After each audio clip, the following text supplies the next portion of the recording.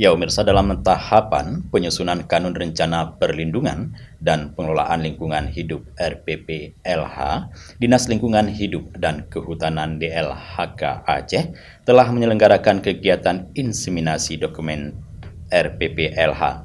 Kegiatan inseminasi dokumen RPPLH merupakan kegiatan lanjutan dari penyusunan dokumen RPPLH.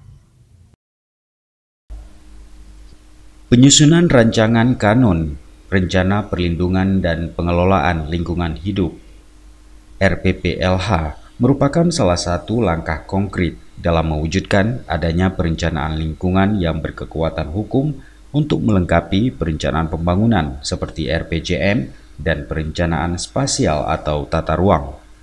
Dinas Lingkungan Hidup dan Kehutanan DLHK Aceh menyelenggarakan kegiatan inseminasi dokumen RPPLH.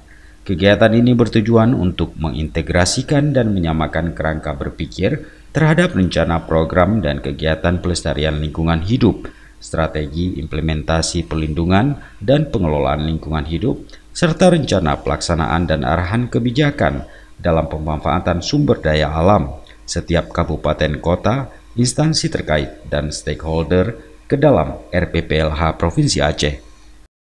Dalam implementasi Kanun RPPLH ini nantinya, ini akan dijadikan sebagai acuan bagi pemerintah Aceh dan instansi terkait dalam pengelolaan kegiatan yang berhubungan dengan lingkungan hidup.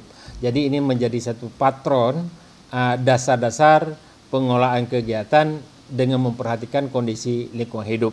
Kemudian juga ini adalah wajib dimuat dan diintegrasikan dalam RPJMA dan RPJP. Ini juga sebagai salah satu acuan bagi pemerintah provinsi dan pemerintah kabupaten nantinya.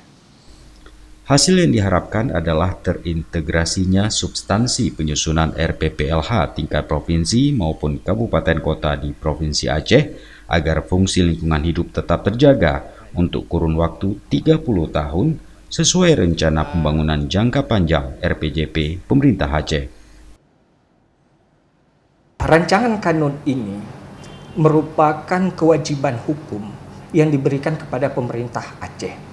Jadi pemerintah Aceh memiliki kewajiban untuk melaksanakan rancangan kanun ini. Tentunya kanun ini juga nanti ditindaklanjuti di kabupaten kota.